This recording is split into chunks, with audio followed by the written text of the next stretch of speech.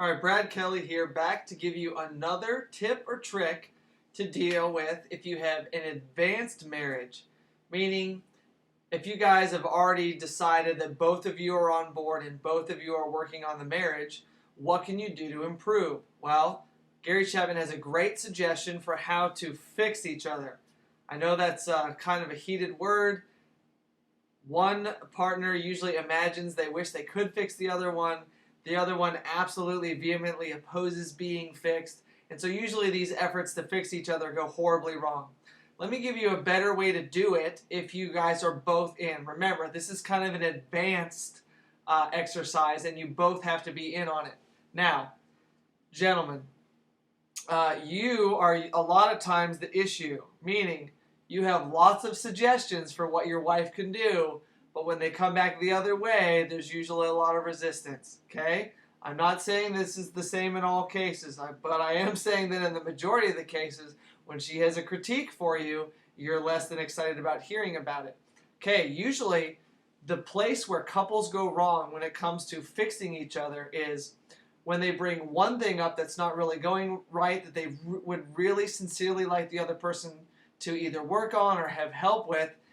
It's a data download, and every bad thing that you could possibly ever think of to fix about your spouse all comes out at one time. I gotta tell you, the likelihood that they're gonna change even one thing after being told every single thing that's wrong with them is zero. Let me just boil it down to that. It's non-existent. It'll never happen. So here's a great tip that Gary Chapman suggests in the Imagine That You Had the Marriage You Always Wanted To series. Okay?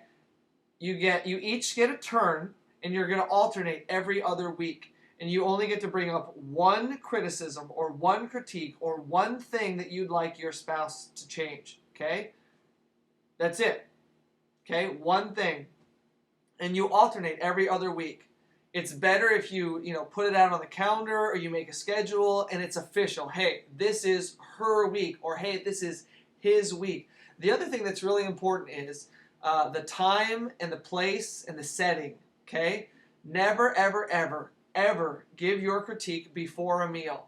We all know, we've all seen those Snickers commercials, right? And we've all been through that. We've all experienced that. And the reality is that you're just not the person you're going to be after you've been fed and after you've been hydrated.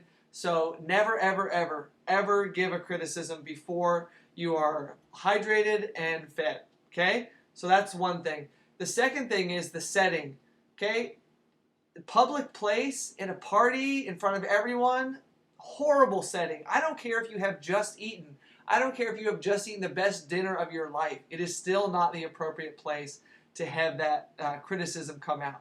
So make sure it's at a nice place. It's a great setting. It's just the two of you. The mood's good. Everybody's in a good mood. Okay, so just be mindful of the kind of state that your spouse is in when you bring it up. Okay, so everybody's hydrated and fed. You've picked a good place. And then third is the timing. And I'm going to recommend that you actually pick the timing. Okay, meaning be man or woman enough to kind of say, all right, honey, it's Friday, and I know it's my week, and you haven't gotten with me, so I'm ready whenever you are. It's okay if you don't want to do it tonight. If you want to do it Saturday, if you want to do it Sunday, that's cool. I'm just letting you know that I know it's your week, and I'm ready for it. So when you're ready, just bring it on, okay? That helps a lot. If you pick the time and you pick the place, and obviously you're doing it when you're in a good space, a good place mentally, physically, spiritually, then, you get to pick your poison. And by doing it that way, it's coming, it's probably going to be received better. It's a great indication that the other person can feel safe to come, go ahead and bring out what they want to bring out.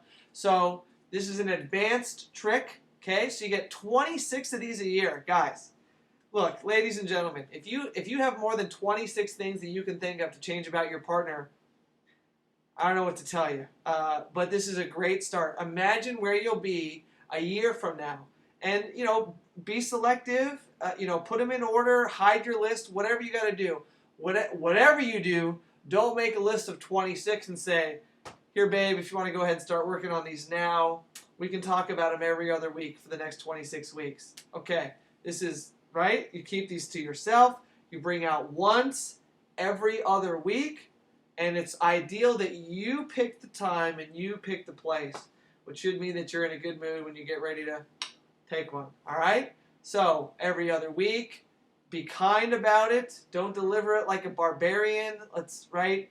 But again, this is for after you're both already on board, you both feel like you're in a good place, and you both feel like you've already figured out one another's love language and you've been speaking it back and forth for a few weeks. Okay, then once you do that, the lines of communication get open, and then you can really start to do some work. All right, if you have any questions, leave them down below. Hit me up. You can always send me a direct message. Thanks so much for tuning in. We'll see you next time.